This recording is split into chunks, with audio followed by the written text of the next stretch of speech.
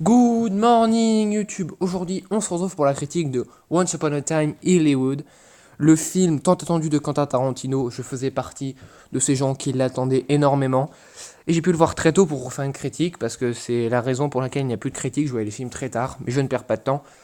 On s'y met tout de suite. Donc le film nous raconte l'histoire de Rick Dalton et de son cascadeur Cliff Booth qui commence à avoir tout simplement la peur de disparaître de l'industrie hollywoodienne. Donc voilà, donc je pense que Once Upon a Time in Hollywood est le Tarantino qui va le plus diviser. Pourquoi? Je vais vous dire ça en plusieurs points, ouais, ça fait un peu analyse, mais bref. Le premier point est que le film n'a aucune réelle intrigue en fait. On suit juste Rick Dalton et son cascadeur en train de vivre leur vie, et parallèlement, on voit aussi celle de Sharon Tate, ce qui rend Once Upon a Time in Hollywood si unique. On a l'habitude que Tarantino nous livre une histoire avec une intrigue dont seul lui a le secret, et c'est une chose qui divisera les spectateurs. C'est que ce qui va diviser surtout les spectateurs, c'est que Tarantino sort de sa zone de confort pour nous livrer quelque chose d'unique, quelque chose qu'il n'a jamais fait. Il nous livre son amour pour le Hollywood et le Los Angeles des années 60-70. Et c'est quelque chose qui ne plaira vraiment pas à tout le monde. Mais vraiment pas. Et le deuxième point que j'aimerais évoquer, qui peut diviser les spectateurs, est que le film prend vraiment son temps à nous montrer ses personnages, le cinéma et l'industrie hollywoodienne des années passées, ainsi que Los Angeles.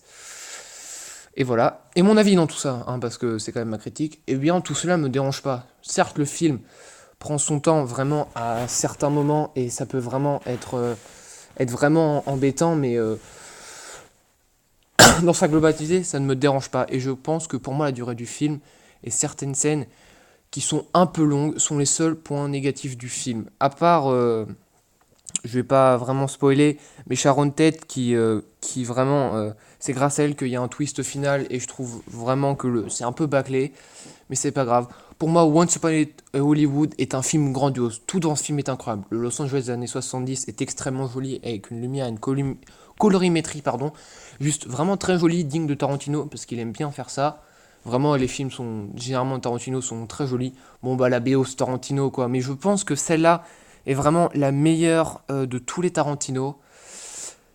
Et le jeu d'acteur est aussi bien que son casting. Vraiment, Leonardo DiCaprio, je pense que avec Joaquin Phoenix, je pense qu'en ce moment, c'est les acteurs qui se donnent vraiment à fond. Et c'est vraiment cool. Bref, tout dans ce film me fait rêver. Bref, j'espère que ces critiques vous aura plu. Je sais que... Alors, ça se voit peut-être que j'ai un peu mal parce que vraiment, il faut que je reprenne les critiques. Et c'est vraiment dur de parler de ce film sans vraiment spoiler. Je déteste spoiler.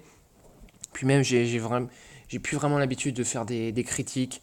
Ça reviendra, vous inquiétez pas, avec la prochaine critique de Mindhunter saison 3 qui devrait arriver dans 3-4 jours. Alors, on sort cette vidéo. On va essayer de vous livrer le plus possible, sans trop binge-watcher, bien sûr, parce que je déteste binge-watcher. Mais regardez, essayez de vous livrer le plus possible. Et je vous dis à bientôt. Salut!